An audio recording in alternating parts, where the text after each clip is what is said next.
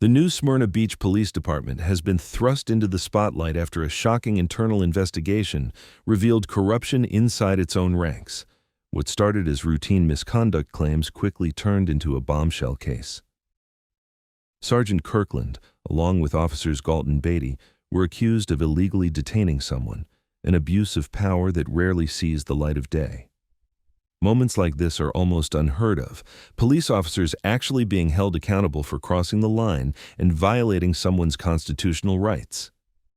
And now, the story takes an even sharper turn.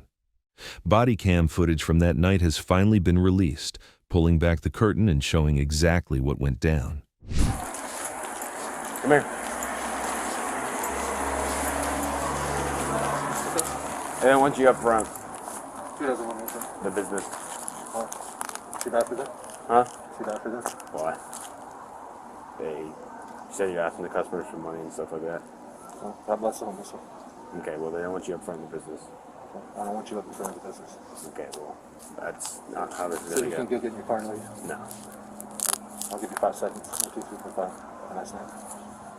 They just don't want you up here anymore. I don't care. No, they don't have the authority to tell me not to be here. They said you're asking for money and stuff like that. That's what they said. It's hearsay. Huh? It's hearsay. That's... I say I'm not asking for money. Okay, well, they said you're up front. So can you just go somewhere else? No. Why? Because I'm not going somewhere. I'll put it in my heart to stand right here. I'm going to stand right here. Okay, but they don't want you blocking the sidewalk and stuff. I'm not blocking the sidewalk. Okay, you have your ID on you? I don't have any ID on me there. Okay. And if I did, I wouldn't give it to you anyway. Alright, well, you need to just move along. That's all they want you to do. Nope, not happening. Why? Because I'm just saying God bless someone's does. Okay, yeah, and you have the right to do that. Yeah. They just don't want you in front of their business. I mean, is there a reason why you're up here? God put it in my heart to be here. No, is there a reason why you're in front of this business? Yeah. God put it in my heart to stand right here and say God bless someone's does. Well, is there a reason why you're in front of this business? Not particularly this business. I'm just on the public sidewalk. Okay, and you're not asking for money? I am not asking for money. Okay, your sign doesn't say it, so I don't know. I mean, have you asked anybody for money? I mean, I'll tell you, my name is Jeff. What's your name? Officer Galt. Officer what? Galt. Galt? Yes, sir. G-A-U-L-T? G-A-O-T. G-A-L-T. And you haven't asked for money or anything like that? I'm not going to answer your question. Okay. Can I just see the back of your sign? Alright. Can I just get your first and last name real quick? My first name is Jeff, and beyond that, I'm not answering your question. Why not? I'm not answering your question. I mean, you're making this more complicated than it has to be. No, I'm not. I'm standing here on the sidewalk saying God bless some of those veterans. I know, but In the Bodycam footage, the scene opens on a lone protester standing quietly, holding a simple sign that reads, "God bless the homeless vets." He wasn't shouting.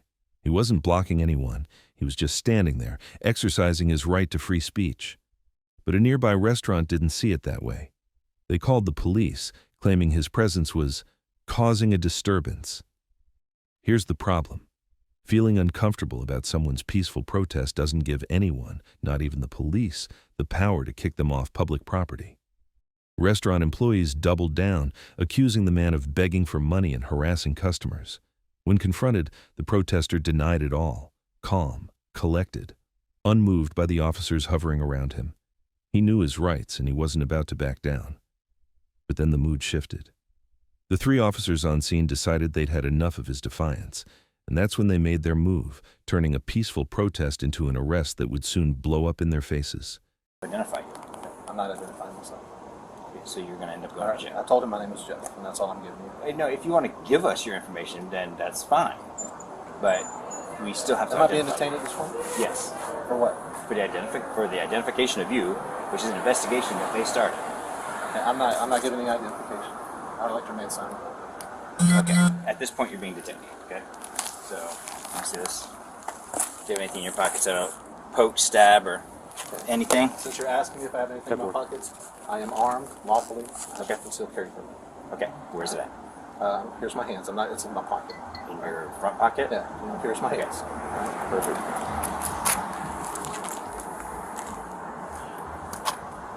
Matter of fact, why don't you guys just put me in cuffs? I don't want any. Yeah. Since I'm armed, I don't want any. I don't want. You're good.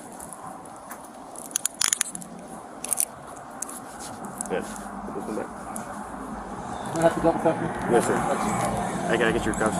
Tell you guys I'm not going to be. After the arrest, the story didn't just end on the sidewalk. It was only getting started. The department launched an internal investigation, and before long, the spotlight turned on the very officers who made the arrest. What followed was an interrogation that pulled back the curtain on what really happened that day. Behind closed doors, questions were asked, excuses were made, and the cracks in their story began to show. Now, let's break it all down and look at the footage from that interrogation, the moment where the truth starts to surface and accountability comes knocking.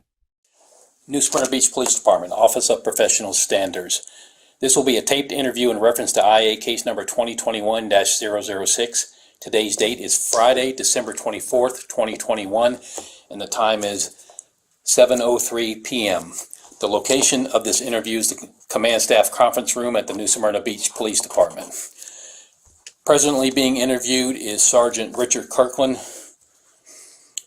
I am Lieutenant Mark Severance with the New Smyrna Beach Police Department. Are you aware this interview is being recorded? I am. As a Florida law enforcement officer in Notary Public of the State of Florida, I'm empowered to take sworn statements. At this time, I'd ask you to raise your right hand to be sworn, please. Do you solemnly swear or affirm that the statement you are about to give is the truth, the whole truth, and nothing but the truth, so help you God? I do.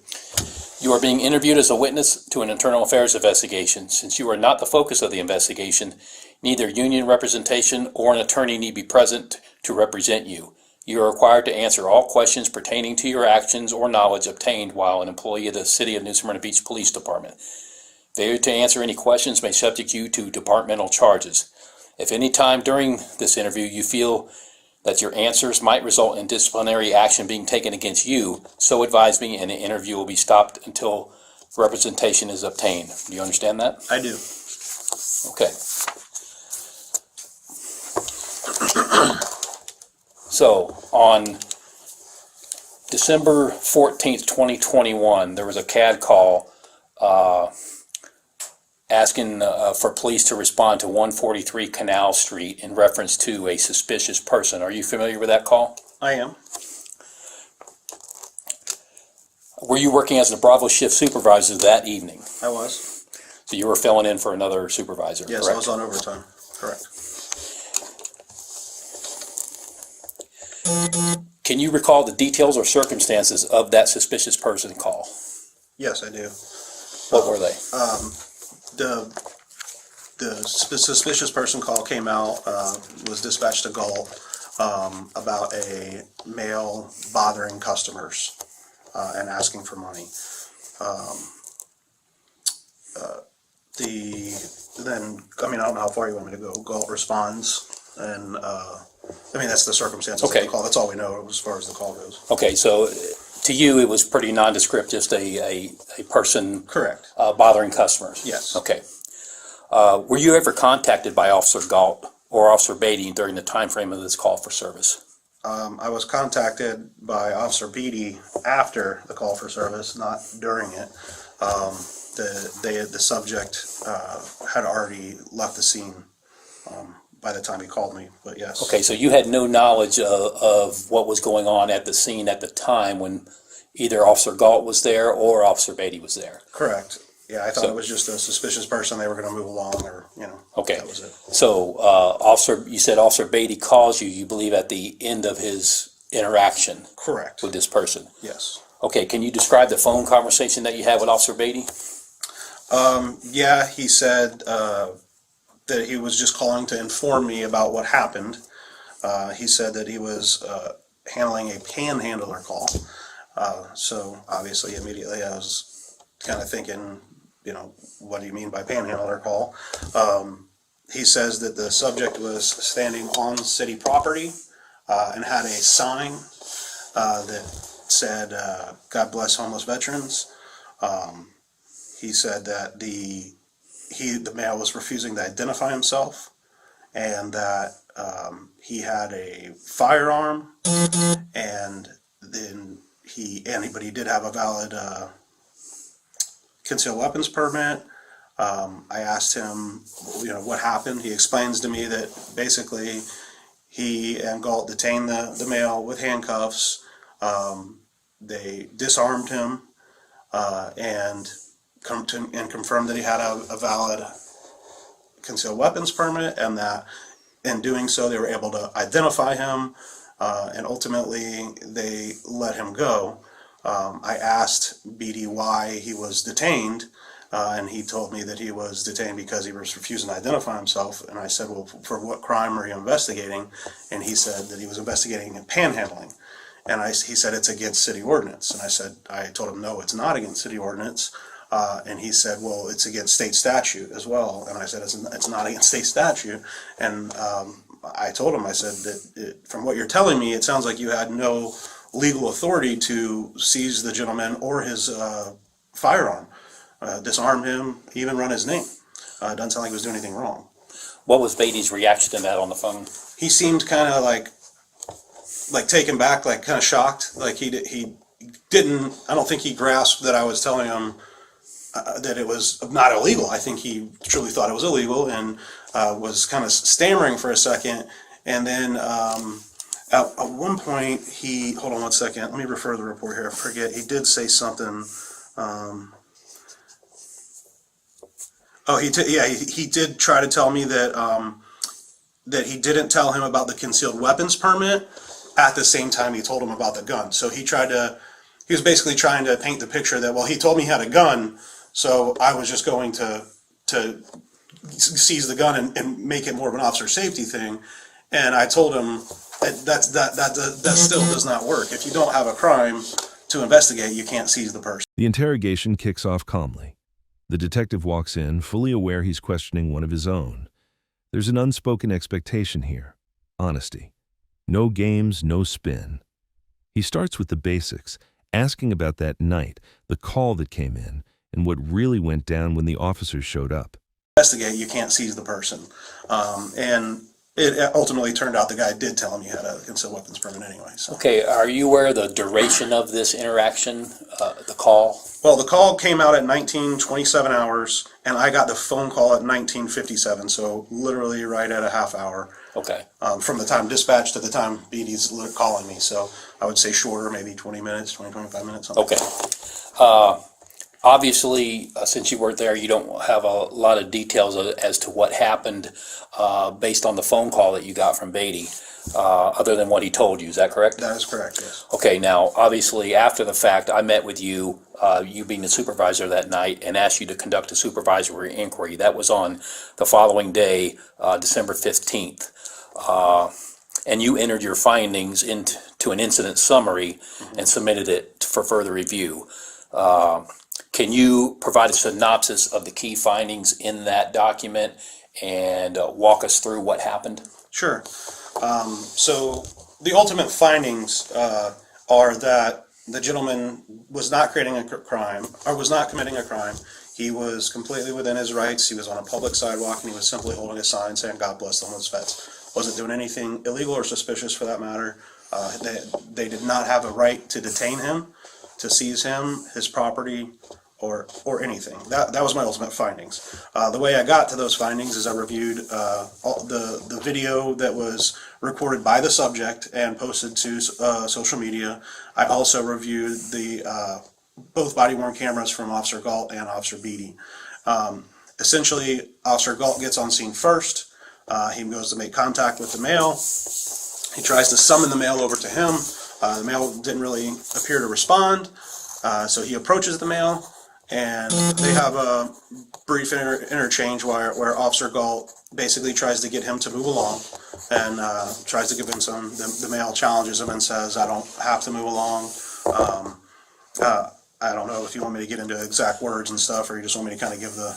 No, did Officer Galt make contact with the business owner or the manager? Not until after he had this, verbal kind of back and forth with the subject.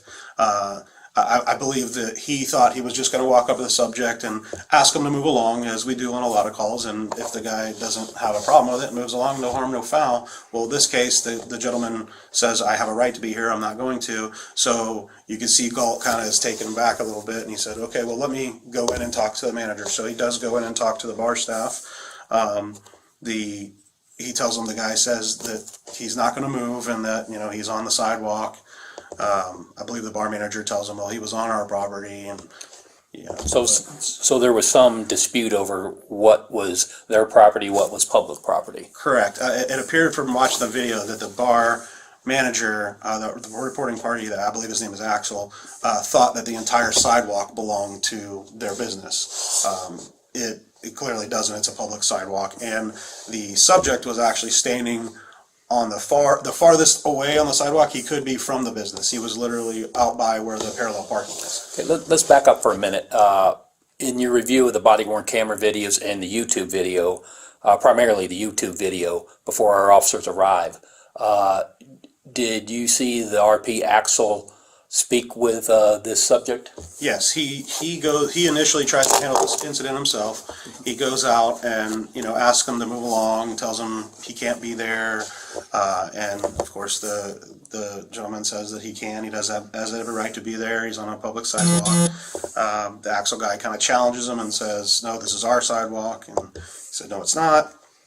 And basically, when he meets the resistance, Axel says, well, fine, I'll just have to call the police then. And so he goes back in the bar. And Okay, that brings us back to where we're at then. And so Officer Galt talks to Axel inside the bar, and then what happens?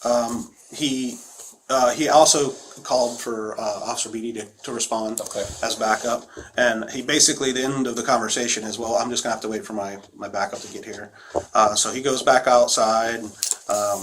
He again confronts the guy, and Officer Beatty comes up on scene. You can see Officer Beatty pull in. He parks across the street on a perpendicular road there, and So when Officer Beatty arrives, what does Officer Galt do first? he walks over to Beatty's car and tells him, let me see here.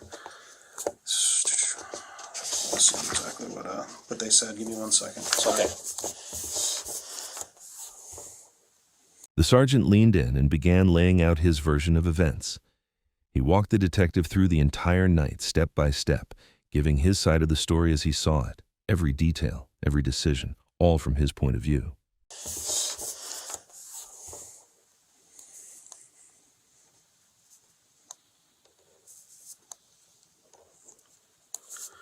Okay. Officer Beatty pulls on scene. Galt explains that he's, as they're walking up to the subject, that the subject's saying it's his constitutional right to be stand where he's standing. At the manager of the business says one of his waitresses was afraid to go outside, and I guess wait on the tables. There's a couple tables outside. So that was literally what Galt told him. Okay. So then what happens after they both approach the subject again? So then Beatty kind of takes over the call at this point. He makes contact with the guy and does acknowledge and says that he's on a public sidewalk, but the business said that he was begging for money. Beatty had not made contact with the RP. He's just going off at this point of what was said in the CAD call from dispatch. So he said that panhandling is against the law, and he can't be panhandling out there. Okay.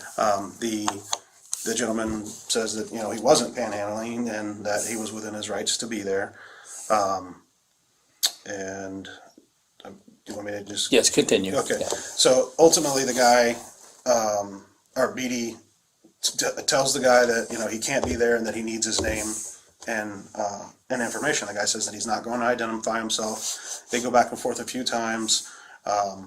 Beatty, basically tells him, threatens him that he's going to go to jail if he doesn't give him his identification, because he's there investigating a crime to which he claims the business started the complaint. So the male, I think, could see that he was going to be put into handcuffs, so he alerts the officers that, or at least he perceived he was going to be put into handcuffs, I should say. He alerts the officers that he is armed, and that he lawfully armed, he has a concealed weapons permit, and he kind of puts his arms out in front of him. Okay. Officer Beatty, and he makes it an exaggerated movement. He says, here's my hands out here. And Officer Beatty goes to, take the gun out of his pocket. I think that the male maybe felt a little uncomfortable with the officer is taking the gun out of his pocket with his hands just being there. Right. So he actually suggests, you guys, maybe I should be put in handcuffs. So then you see Officer Galt, that's when he comes in and puts the guy in handcuffs while Beatty's retrieving the firearm, and then ultimately searches the mail, locates, I believe, some magazines in another pocket, and that sort of thing. The mail, during the detention and search says, I do not consent to any searches or seizures. He's told them several times that, he's within his rights and this is a violation of his rights. He was, basically broadcasting that. So after they handcuff him in front of the New Smyrna Brewery there, what happens? Well, I forgot to note, as they were going to handcuff him, Officer Beatty takes his sign out of his hand and puts it on the pole. Yeah. I don't know if that really is of note, but ultimately they walk him across the street to where Officer Beatty parked his patrol car. Okay. Officer Beatty is explaining to him that this is the reason as to why he's getting arrested, or why he's been detained, I should say, not arrested. Right. And the guy says, well, since you have my firearm, I'll go ahead and let you get my concealed weapons permit.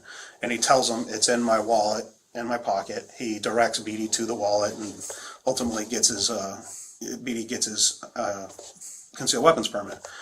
He uses that to identify him by name and date of birth. He runs him on teletype and confirms that he's not wanted. He doesn't run the concealed weapons permit number to verify that it's valid. Okay.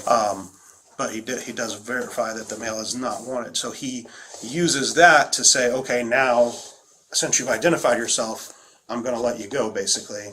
That's when they unsecure him.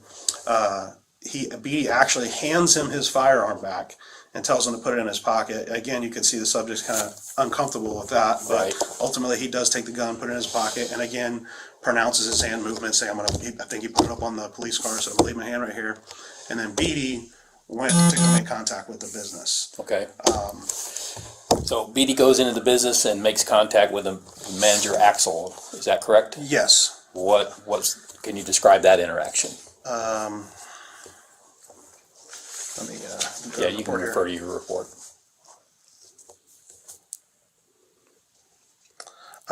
Beatty asks if he was immediately asked the manager, was the male seen asking for money? And the bar manager said, no, I don't think he was asking for money, but he was, reiterates that one of his waitresses was nervous to go outside or whatever. Beatty then says immediately that he's going to call the sergeant, me, to kind of, I guess, run it by me. But if he was not on their property, not asking for money, there wasn't much that he could do. He couldn't make him leave. So he kind of was telling the guy, if he's not asking for money, then we have no law violation, and I can't make him move along or anything. Okay. In his mind is what he was thinking. That's when Officer Beatty leaves and goes back to the car. During the interrogation, another key detail surfaced. The bar manager had lied, claiming the public sidewalk somehow belonged to their business. Back at the scene, that false claim fueled the officers' next move. They threatened to arrest the protester for refusing to show ID and hinted he might be armed. But the body cam tells a different story. On the footage, you can clearly hear the man calmly explain that, yes, he does have a weapon, and he also has a legal permit for it. Leaves and goes back to the car. I forgot to mention, actually, let me go back. Okay. When they escorted him over to the car, the guy did make a statement. He said, I just want to put you guys on notice that you're violating my constitutional rights, and that I would proceed, or if I were you, I would proceed with caution from here forward, something to those lines. And Beatty, kind of argues with him and tells him, no, we're not violating your rights because you were panhandling, and so on and so forth. So ultimately, Beatty comes back over, and the guy's already unhandcuffed as before. He's got his gun. He tells him, since you weren't panhandling and asking for money, and I already identified you, basically that he wasn't going to be detained any further. And the guy asked if he was free to leave. He had originally asked for a card from Beatty. Beatty said he would go get him a card, and he goes in the car. That's actually when Beatty calls me, and the subject, I think, was kind of almost maybe tired of waiting, and he asked Officer Galt for what their names were, Right. and then he just says, "I don't need a card, I'll just leave," and then he walks away. Okay, going back to Officer Galt, if I'm going to ask you a couple questions. Okay. If Officer Galt had not called Officer Beatty to come to the scene, what do you think would have happened? It appeared to me that Officer Galt kind of knew he was in over his head. I don't think he really knew how to proceed. That's why he called for backup. I think he was relying on a more senior officer to kind of guide him on what to do. If he did not do that, I would like to think that he would have called me and or the corporal, one or the other. Actually, there was no corporal working that night, so call me for advice on how to proceed. Okay. I don't see Officer Galt going to the extent that Officer Beatty did on his own. He clearly had that opportunity several times. He went back into the business, I think, twice. He wasn't forcing the issue at all. Did he was talk just to any kind of- customers outside about what was going on? Do you recall? Yeah, there was one customer that was said he had been out there the whole time, and I think he asked him. I'm not 100% sure, but I think he asked him if he saw him asking for money, and the guy said no. He's just been there the whole time. Okay. I'd have to go back and look at the video. Nothing that really jumps out at me, but yeah, I think Okay. he did.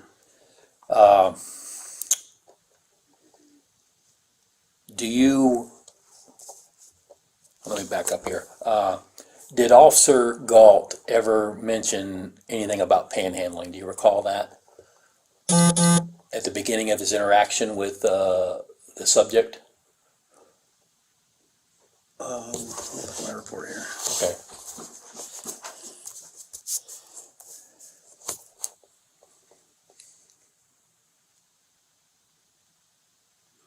He did.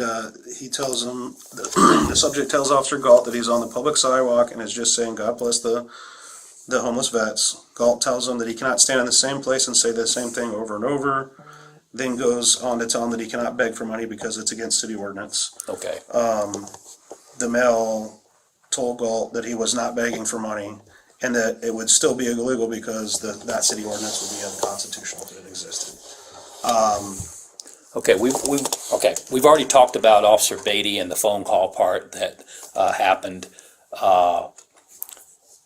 Do you feel that Officer Beatty and Officer Galt believe that panhandling was currently a city ordinance? Absolutely. They both said it non-prompted on their body-worn cameras at separate times.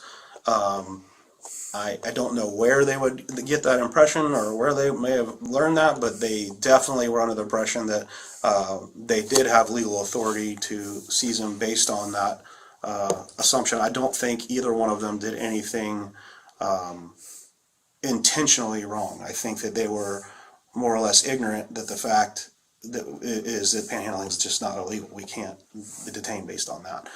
So I think they were just operating on bad assumptions. Okay. Do you think that Officer Beatty made the decision to detain this subject because of his refusal to identify himself? Yes, I think that Officer Beatty thought that he had the legal right to identify him because he was, in his mind, investigating a crime, and that's why he was ultimately going to detain him. It kind of took a weird turn because Beatty went for the gun immediately instead of going for handcuffs immediately, and then the male ultimately asked to be handcuffed. Right.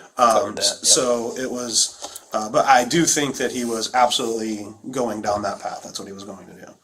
Okay. Can you summarize the policy violation? You proffered a couple of policy violations. The one, can you read that from the record there? The group 2. The group 2M, violation of rules, orders, etc., issued by the city commission. It's basically he violated our rules and policies and procedures, regulations by ultimately going against what he did for preliminary and follow-up investigations. He's he basically detained someone without the legal authority to do so. So clearly in violation of that policy. I mean, as far as Officer Galt, I do think that he also had a duty to recognize that what was going on was not okay. But again, I think he was naive and ignorant to the fact that panhandling is not against the law, and we cannot enforce a panhandling complaint by detaining people. So I think that they were operating under the impression that what they were doing was correct, but were just misinformed. Okay, I'm just going to ask you straight. Are you of the opinion that Officer Beatty and Officer Galt violated this subject's civil rights based on your review of the video evidence? Yes, they absolutely did. Again, I don't think it was intentional or malicious. I think that they thought what they were doing was right, and that it just simply wasn't the case. Okay, do you have anything further you'd like to add to this? No, I don't think so. Once the interview with Sergeant Kirkland wrapped up, the detective had everything he needed from the sergeant's side of the story. This wasn't like interrogating a suspect who lies or dodges questions. The tone stayed professional from start to finish. With that done, it was time to move on. Next up in the hot seat, Officer Brett Galt. IA number 2021-006. Officer Brett Galt, ID number 1816. I am Lieutenant Mark Severance with the New Smyrna Beach Police Department. Today's date is Friday, December 31st, 2021, and the current time is 17:34 hours. The location of this interview is the Office of Professional Standards conference room located at the New Smyrna Beach Police Department. Officer Galt declined to have union representation or legal counsel present for this interview. Officer Galt, are you aware that this interview is being recorded? Yes. I am conducting an official administrative investigation concerning City of New Smyrna Beach Policies and Procedures, Section X, Group 2M, Group 2, Section M, violating the rules, orders, and policies issued and adopted by the City Commission, City Manager, and/or Department Head. Specifically, Policy and Procedure Directive 15-2, Preliminary and Follow-up Investigations, Section 15.2.7, which talks about investigative detentions. As a Florida law enforcement officer and notary public of the state of Florida, I am empowered to take sworn statements. At this time, I would ask that you raise your right hand to be sworn. Do you solemnly swear or affirm that the statement you are about to give is the truth, the whole truth, and nothing but the truth? I do. Any false statements about material matters given by a witness under oath will constitute perjury, which is a third-degree felony, according to Section 837.02 Florida statutes. Do you understand that if you knowingly make material misstatements of facts to me during this investigation, you will have committed the crime of perjury? I do. Okay, I'm going to sign this, and I'm going to have you sign it.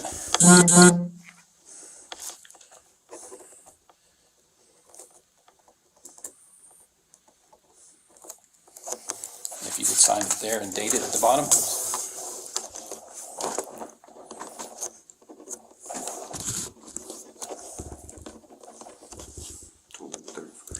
Yeah, 31st. Okay, thank you. Advisement of rights for a disciplinary interview, otherwise called a Garrity warning. I wish to advise you that you are being questioned as part of an official investigation of the New Smyrna Beach Police Department. You will be asked questions specifically directed and narrowly related to the performance of your official duties or fitness for office. You are entitled to all rights and privileges guaranteed by the laws and the Constitution of this state and the Constitution of the United States, including the right not to be compelled to incriminate yourself.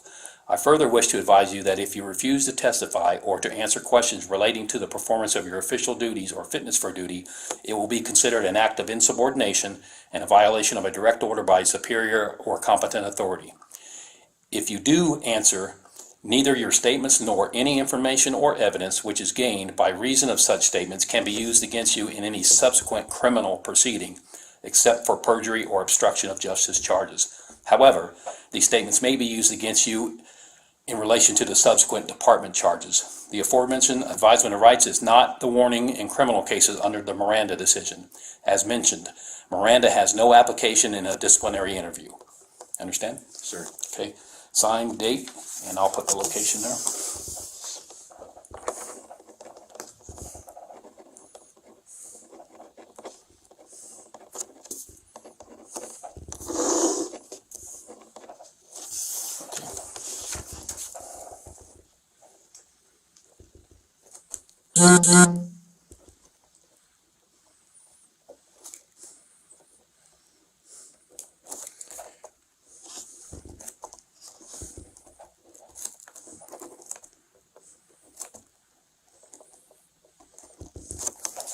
Okay.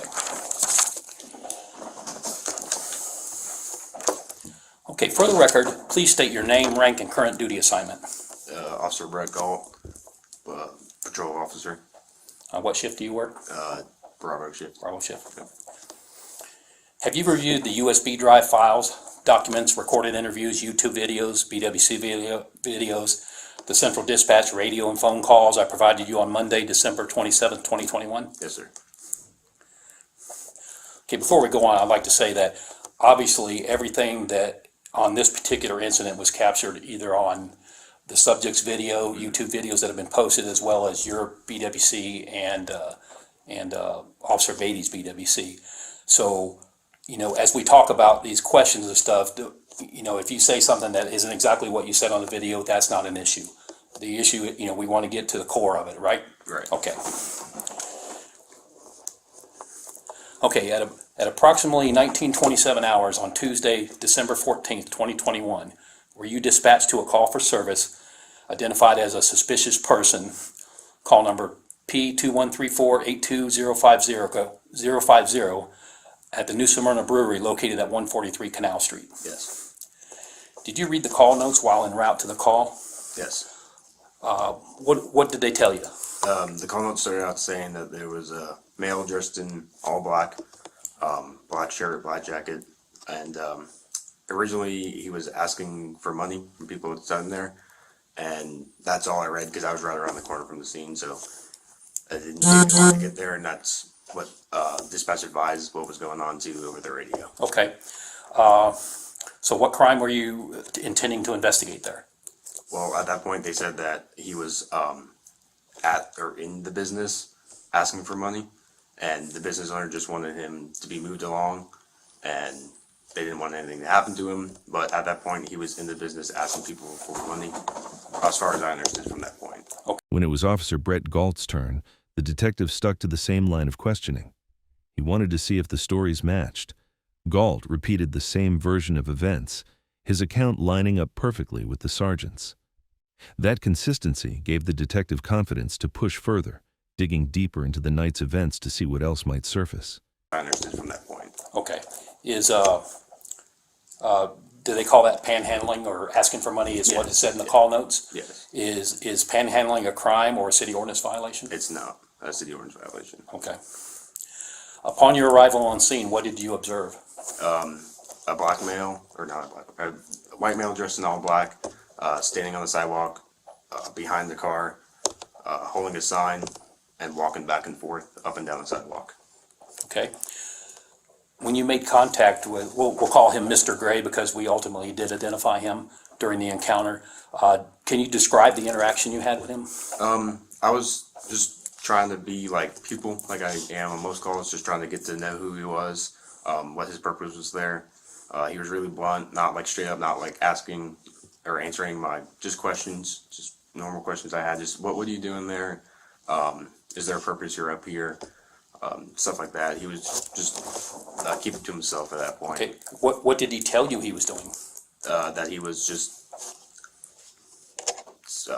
whatever the sign was like. God bless the homeless vets. He was just trying to make people aware that God needs to bless the homeless vets. Okay. And he just kept going on that topic. Where was he at when you first encountered him? On the sidewalk, by the car, by the light post. By the curb? Yeah. by Where the curb. car's parked? Yeah. Okay. Why did you ask Mr. Gray to move along or leave the area? The business owner said initially saying that he was asking his customers for money. He just didn't want him up front of his business. Okay. What was Mr. Gray's response? He said he wasn't going to move. He said he has the right to be there, and he didn't feel like moving along. Okay.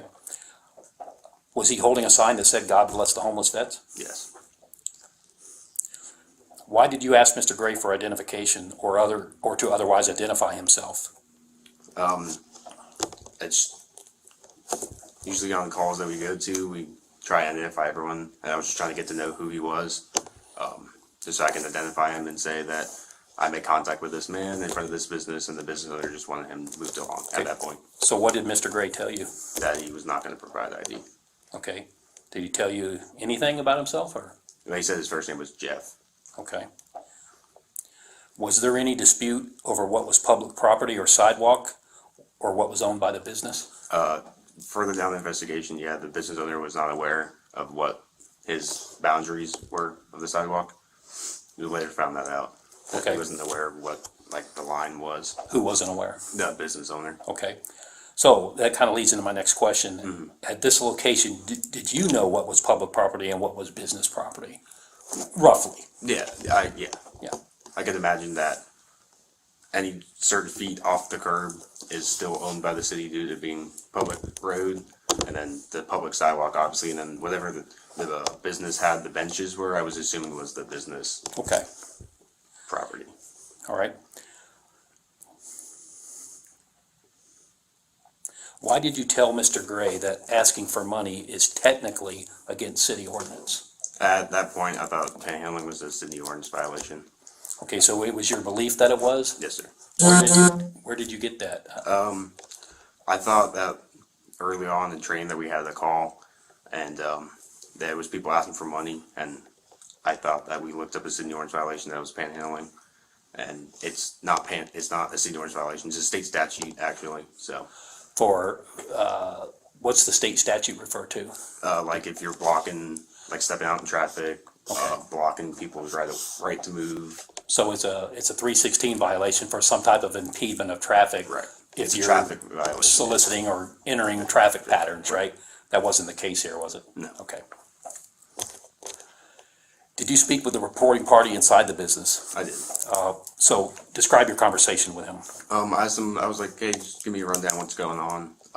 He initially was like, oh, he was up talking to people at the table, asking them for money, and then when my waitress went out, he went on to say that he was harassing her, and he wouldn't go into detail of that, and the waitress didn't want to go into detail about that either. Okay. So at that point, I went back out, and And you re-engaged Mr. Gray. I did, yes. I Okay. asked him about that. Right. So at this point in your investigation, did you have any reasonable or articulable suspicion that Mr. Gray was committing, or was about to commit a crime or a violation of city ordinance? At that point, I believed he might have been asking people for money due to him not answering my questions. So that's why I went back out and re-engaged with him. I thought we had something maybe stirring up. So at this point, you're still thinking panhandling is a city ordinance Yes. violation? Yes. And you're acting on that assumption Yes. to try to continue the investigation? Yes. Okay.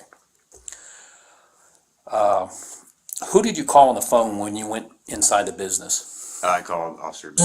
And what did you tell him?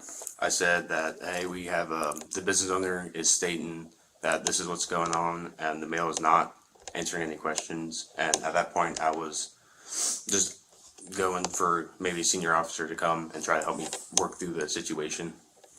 Okay.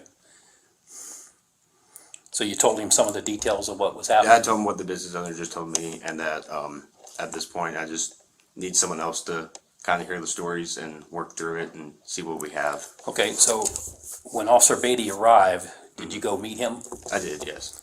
I And- gave him a rundown of what was going on and what Okay. the business owner told me and what the male was actively doing at that point. Okay, can you describe Officer Beatty's initial contact with Mr. Gray? He was asking him the kind of the same questions I was, kind of starting over the process. And then when he didn't want to identify himself, that's when he kind of went, instead of talking to the business owner, he kind of went hands-on with Mr. Gray. And at that point, I usually, like, when we investigate other crimes and stuff like that, we listen to both sides of the stories, come back, talk to each other, and I don't know where that happened. Maybe because he was frustrated with Okay. him. Do you think that would have been a more prudent course of action to continue the investigation and figure out what's going on? I do, yes.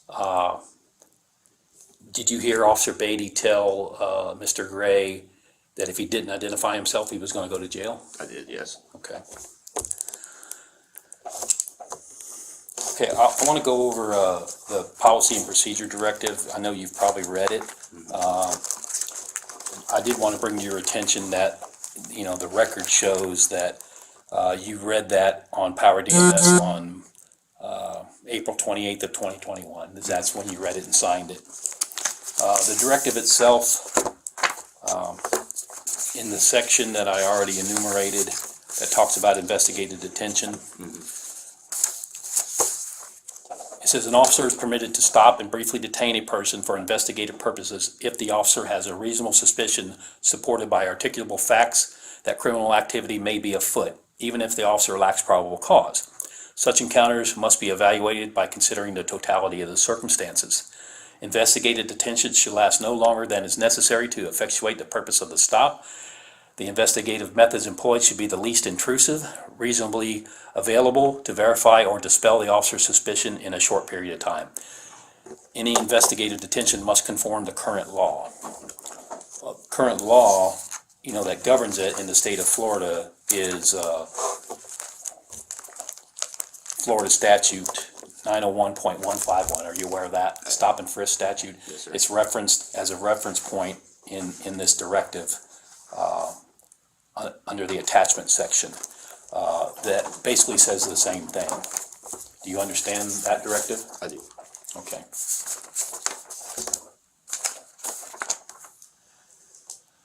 So with that in mind, and what you know now, I'm going to ask you in retrospect, after reviewing everything, all the body-worn camera videos, his videos, the YouTube videos, the documents and stuff, would you like to make a statement about what you know? Like, about the whole situation. Yeah, about, I definitely think that we probably, that's why when I was on scene, I didn't go hands-on. I didn't tell him he was detained. I didn't say anything like that. I didn't ask him if he had any weapons on him. At that point, there just wasn't like a big idea in my head for me. That's Okay. why I called for Officer Beatty. I know he's had a couple years on the road, so he's the senior officer to me, my zone partner. I called him, and I definitely think that when he got there, that the course of action he took probably was not the best one, because he wasn't able to get both sides of the story. And I kind of wish that we would have went back and had him talk to the business owner, and then have him talk to me. I was like, hey, this is what the business owner told me. What did he tell you? right. Like, what do we have here now? And I think that we skipped over that step, and he went straight to going hands-on with him instead of going through the business owner, see Right. what we have, Okay. and then coming back to me and saying, hey, this is what he told me. Okay. And kind of see the differences and see if we can work out with the business owner what was going on. So you calling him to the scene, if I understand you correctly, you were counting on his experience to try to help resolve this situation. I was, yes. Okay, in your view now, in retrospect, do you believe panhandling is a crime or a city ordinance violation? No. Do you believe that carrying a sign that says "God bless the homeless vets" on a public sidewalk, is there any crime or violation there? No, sir. Is there any crime or violation by a person that's carrying a concealed weapon lawfully with a concealed weapons permit? No, sir, as long as it's valid. Okay. So going back, what would you do different? I'd probably go back in and kind of work through that myself, honestly. Go back to the business owner, be like, hey, this is what we have, this is what's going on, and probably just work that scene by myself. If he didn't want to identify himself, that's his right. Would have been like, hey, just to let you know, the business owner doesn't want you up in front of him. You're allowed to be on the sidewalk. This is a public sidewalk, but he doesn't want you talking to any employees and Right. anything like that. And at that point, I probably just let the matter be. So if this gentleman continued to refuse and wasn't committing any violation, you would have what? I probably would have got back in my car and contacted the supervisor and tell him, hey, this is what was going on, this is what we have. Okay. Just let him know that this dude matching like this description Right. was out in the street, and just in case a further incident occurred on Canal later that night, Okay. we could at least know that we were in contact with a male matching that description. Okay. Do you think it would have been a good idea on your way to the call to check if a city ordinance existed for panhandling? Yes. Okay. All right. Do you have anything else to add? No, sir. Okay. This concludes the interview because During his interview, Officer Galt stressed that both sides of the story needed to be heard before anyone rushed to take action. He even suggested going back to the business owner to work things out peacefully. After wrapping up with Galt, the detective called in the final officer, Beatty. His questioning followed the same pattern, carefully mirroring the process used with Galt to keep the investigation consistent and thorough. IA number 2021-006. Officer K. Beatty, ID number 1609. I am Lieutenant Mark Severance with the New Smyrna Beach Police Department. Today's date is Sunday, January 2nd, 2022, and the current time is 17:54 hours. The location of this interview is the Office of Professional Standards Conference Room, located at the New Smyrna Beach Police Department. Officer Beatty declined to have union representation or legal counsel present for this interview. Officer Beatty, are you aware this interview is being recorded? I am. I am conducting an official administrative investigation concerning Group 2, Section M, violating the rules, orders, and policies issued and adopted by the City Commission, City Manager, and/or Department Head. Specifically, Policy and Procedure Directive 15-2, which is Preliminary and Follow-up Investigations, Section 15.2.7, Investigative Detentions. As a Florida law enforcement officer and notary public of the state of Florida, I am empowered to take sworn statements. At this time, I would ask that you raise your right hand to be sworn. Do you solemnly swear or affirm that the statement you are about to give is the truth, the whole truth, and nothing but the truth? I do. Any false statement about material matters given by a witness under oath will constitute perjury, which is a third-degree felony according to Section 837.02 Florida statutes. Do you understand that if you knowingly make material misstatements of facts to me during this investigation, you will have committed the crime of perjury? I do. Okay, I'm going to sign this.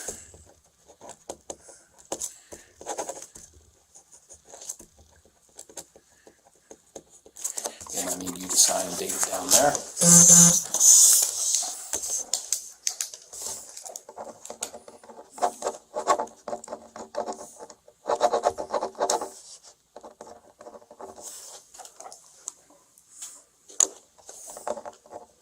January 2nd, 2022. I know I'm going to mess that up writing it. Okay, the next document is the advisement of rights for a disciplinary hearing, otherwise called the Garrity warning. I wish to advise you that you are being questioned as part of an official investigation of the New Smyrna Beach Police Department.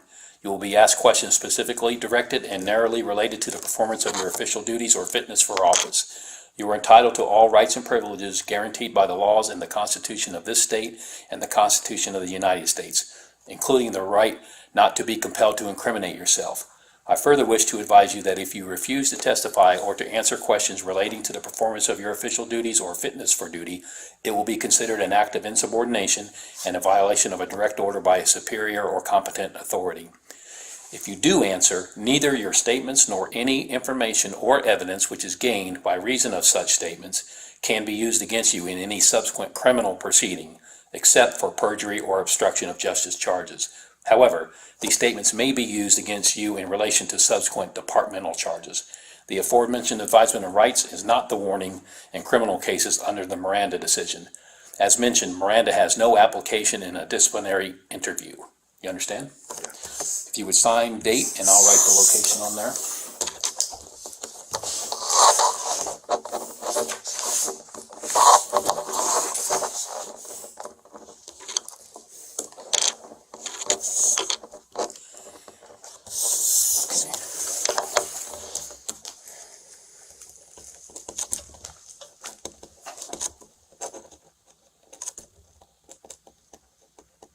Okay.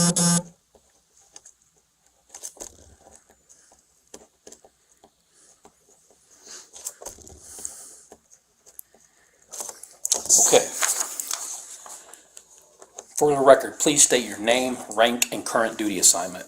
Officer Beatty, New Smyrna Beach Police Department, patrol officer. What shift do you work? Delta or Bravo. Bravo sorry. shift, Yeah. okay. Have you reviewed the USB drive files, documents, recorded interviews, YouTube videos, BWC videos, Central Dispatch radio recordings, etc. that I provided you on Monday, December 27th, 2021? I did. Okay, before we go any further, obviously everything in this particular incident is either captured on our video or the subject's video. So I don't think there's any dispute over what was said, who did what, and what happened at the incident. So as I ask you these questions, you know, if you say something that doesn't agree with the video in the way it was said, I'm not making issue of that. You know, we'll work through that if there's any inconsistencies, you know, because there's no way you could possibly remember everything you said verbatim, okay? So I just want to make that clear for the record. Okay, the first question is, did Officer Galt call you on the phone and request your assistance to a suspicious person call on Tuesday, December 14th, 2021 at the New Smyrna Brewery, which is 143 Canal Street? I believe he did. Okay, did you read the call notes while en route to that location? Briefly. What did they say? Skimmed through them. I knew we had a male out front of a business, and I believe that the call note says that he was panhandling on private property, but not at this time. Okay. I think it said he was asking customers for money in front of the business and harassing customers, something to that effect. Okay. When you arrived at the scene, did Officer Galt meet with you and provide you information concerning the call before you spoke with the subject? I believe I parked across the street. Okay. And as I walked across the street, we met halfway. What did he tell you? To my recollection, he just said that he wasn't cooperating, and I don't really think he said anything else besides that. Okay. When you made contact with Mr. Gray, you confirmed that he was on a public sidewalk and told him the business said he was asking for money and that they had every right to have him move along. Is that correct? I did. Okay, that brings me to my next question. Is asking for money, or another way to call it, panhandling, in a public place, public sidewalk, is that a crime or a city ordinance violation? To my knowledge now. No, I want you to tell me what were you thinking. When I came to the scene, when I came on scene, I did think we had a city ordinance. I swore we had a city ordinance. Okay. That you weren't allowed to panhandle. Even more so, because I could have sworn that I've been told to enforce that on right underneath the Martin Luther King Bridge on the Lytle extension. Okay. I've been corrected since then. Okay. Well, let me ask you this. I know what you're talking about under the MLK. That's FDOT property. There is a Florida statute, 316-2045, I think, that deals with impeding traffic. It doesn't deal with what they're doing to impede traffic. Right. That's a statute, and under the bridge there, we have had FDOT trespass authority for that property, and it's my understanding, we've trespassed people from there, and have maybe even made arrests for trespass after warning. Even though they were panhandling, they weren't arrested for panhandling, they were arrested for trespass after warning, okay? All right, so, you went on to say let me go back. The subject was subsequently identified as Jeffrey Gray. So I'm just gonna call him Mr. Gray from this point on, okay? You went on to say that because you're there, and they called about Mr. Gray, that we have to identify him. Is that correct? That's correct. What was Mr. Gray's response? He pulled out refrigerator magnets out of his pocket. What were they? I and a D. So that was his ID. That was his ID. Okay. Did you tell him that if he does not provide ID identification, that he would go to jail? Yes, Why? because at the time I thought we had a crime. I had the manager was standing right next to us, and he was saying that his waitresses were scared to come out and that they felt threatened and that he was on private property asking for money. And what I should have done was investigated that first Okay, before detaining him and moving him across the street. okay, Because when I went back and asked the manager more particulars about what he was talking about, I believe it's my BWC video. I explained the whole thing to him. I'm like, none of that is illegal. okay. We'll cover that a little bit later as well. So up to this point, when you asked for ID, up to this point in your investigation, did you have any reasonable or articulable suspicion that Mr. Gray was committing, or was about to commit a crime or violation of city ordinance? I did. What crime were you thinking of? That he was either trespassing or assault, but that's just based off of what the manager was saying. He was saying that his waitresses were being threatened, or No. felt threatened. Okay. Yeah, I don't recall hearing anything about that from the person, but like I said, I'm not going to go over the video line by line about what was said, but it's a matter of record already. So, is holding a cardboard sign saying "God bless the homeless vets" on a public sidewalk or asking for money or panhandling a crime or city ordinance violation? No. You've learned that since this incident? Well, Right. for the panhandling part. Okay. I knew everything else was not. Okay, so holding the sign on a public sidewalk, no issue, right? No. It didn't say anything about money or anything, okay. Did Mr. Gray ask if he was being detained? Yes, What did you tell him? that he was. Can you tell me why you decided to detain Mr. Gray? Well, it was in front of a restaurant that was open and full, and I didn't want to make the scene because he was being not aggressive, just argumentative and defiant. So I wanted to take him across the street so that we can figure out what was going on without creating more of a scene Okay, in front of the restaurant. so at this point, you're still under the impression that you're acting under your authority. I 100% thought we had a city ordinance. As you moved to detain Mr. Gray, did he tell you that he was armed lawfully and had a concealed weapons permit? No. Yes and no. He said he was armed. He said that he was armed, but he didn't say anything about the concealed weapons permit until we got across. When Officer Beatty sat down for questioning, the detective didn't hold back.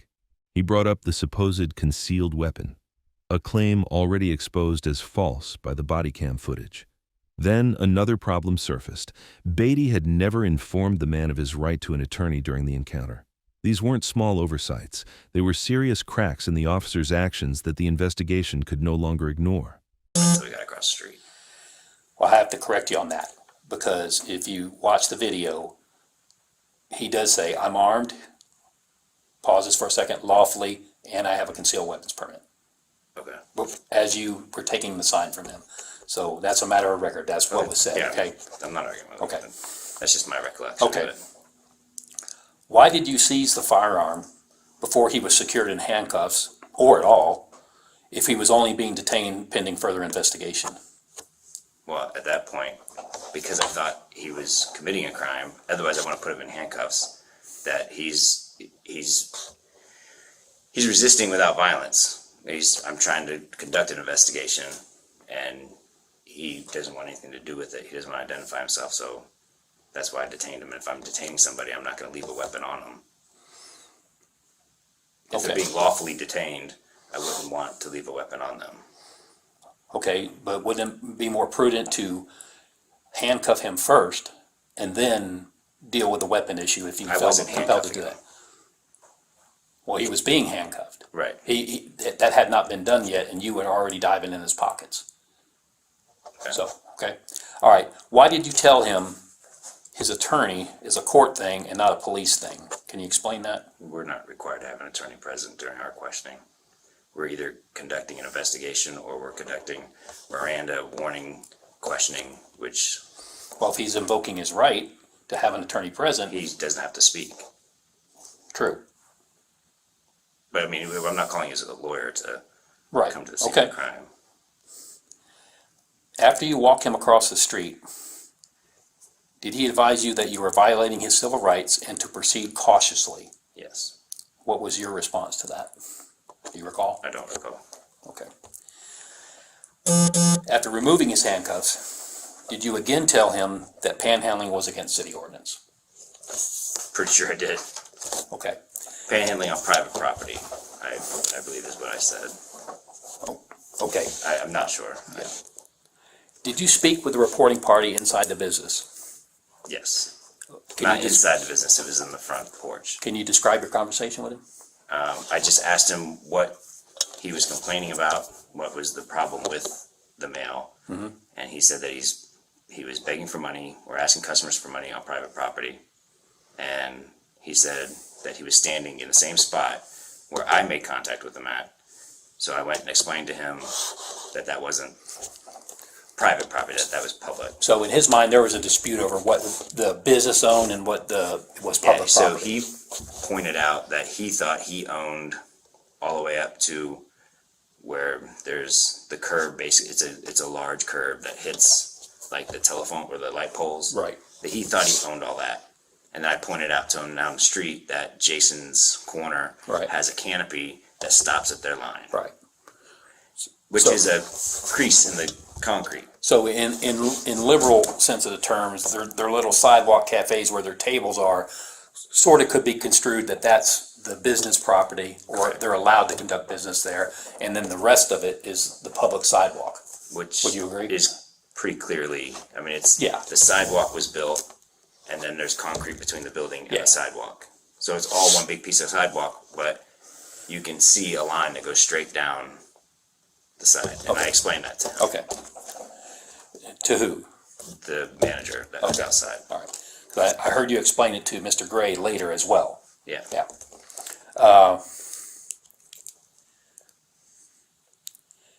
After speaking with the business employee, the manager, Axel's his name, was there evidence that any crime or city ordinance had been committed at that point? No, So your investigation resulted in that there was no crime, even assuming that your assumption that panhandling was a crime. correct. Okay. He actually, when I asked him why, 'cause we get told that all the time, he threatened me, or she threatened me. Right. And so you ask what that is, and he said, well, he didn't really say anything to my waitress. She just is afraid to come back outside now because he's here. Okay. And I Yeah. said, well, that's not on him.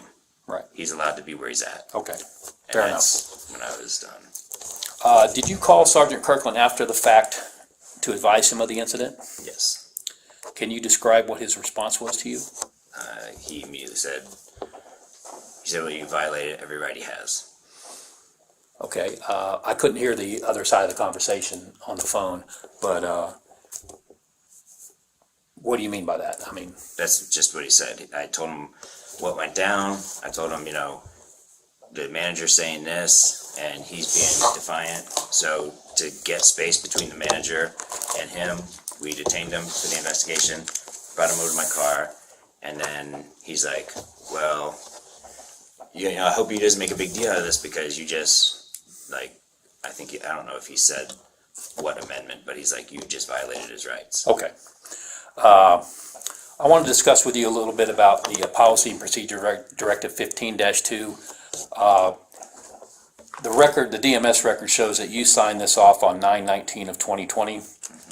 Okay? This was published a revision of it was published in 9 of 20, so when the revision came out, you had reviewed it and signed it. Specifically, the section that we're talking about is 15.2.17, investigated detentions. It says, an officer is permitted to stop and briefly detain a person for investigative purposes if the officer has a reasonable suspicion supported by articulable facts that criminal activity may be afoot, even if the officer lacks probable cause. Such encounters must be evaluated by considering the totality of the circumstances. Investigated detention should last no longer than is necessary to effectuate the purpose of the stop. The investigative methods employed should be the least intrusive means reasonably available to verify or dispel the officer's suspicion in a short period of time. Any investigated detention must conform to current law.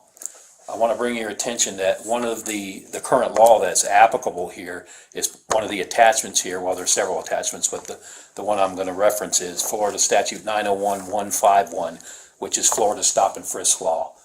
Okay, are you familiar with that? We just read it. Okay. So that being said, based on the facts of this incident as reviewed in this investigation, do you feel that you violated Policy and Procedure Directive 15-2 regarding that investigated detention? At the time, I did not. Looking back at it and being peeled apart, yes, I should have investigated further, and if he wasn't going to move off the sidewalk, he doesn't have to move off the sidewalk. We could have taken the investigation inside the establishment, since they were the complainant anyways, and figured out what went down. And then afterwards, I find out that Galt had already done all this, but I wasn't made aware of any of it. So, knowing what you know now, that the investigation has bared out, like I told you at the very beginning, the record is undisputed of what was said, what was done, and by everyone involved on video and audio. So knowing all that, and knowing now that there isn't any panhandling ordinance, there was no crime being committed, the investigation bore that out. If I'm understanding you right, with that fact, would you agree that the intent of the investigated detention was violated? Yes. Okay. But if I had the knowledge that I have now, I would have never done that call would have went completely different. Well, you have resources to tap into that knowledge. One, you can call your supervisor, right? Always. Two, you have access to MuniCode via your computer. You could check and see if panhandling is a violation or an ordinance before you even get there. Property issues can be checked on the property appraiser's website. Have you ever used that? Yeah, For I'm property not, lines? Yeah, I mean, I knew the property lines. Yeah. Okay. But I'm not disputing the fact that I should have investigated prior to. And I want to make it clear that this subject had no obligation to identify himself. Absolutely not. He wasn't committing a crime. Right. He knew that. Yeah. I didn't. I thought he was. Okay. In retrospect, after reviewing your actions during this incident, would you like to make a statement or add anything else to the record? I think my record speaks for itself, and the community as a whole would testify on my behalf that this is what he's putting on video is not my normal actions. This is not how I conduct myself. I don't handcuff people and detain them illegally.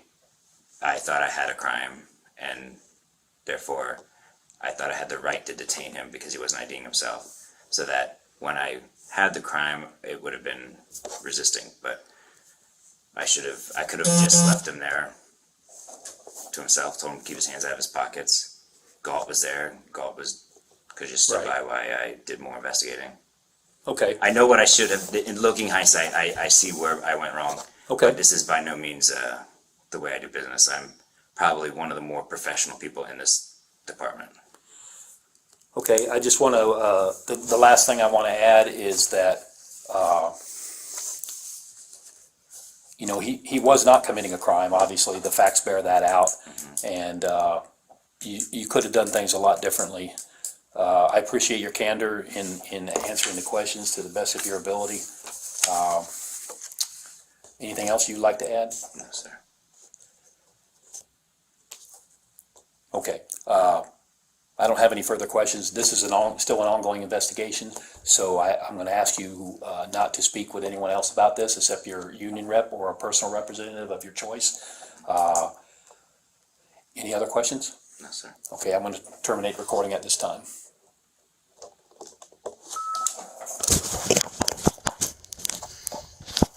To their credit, the officers owned up to their mistake. They admitted they had no real probable cause or reasonable suspicion to detain the man that night. Officer Beatty even acknowledged that more investigation should have been done, using the proper resources to either confirm or rule out any concerns. In the end, the The disciplinary interviews didn't lead to formal charges, but the fact that these conversations happened at all is a step in the right direction. It shows the department is willing to hold its own accountable and take transparency seriously, the kind of oversight that can slowly rebuild trust between the police and the public. If you found this breakdown helpful and want more stories like this, don't forget to hit that subscribe button and stay tuned for more content.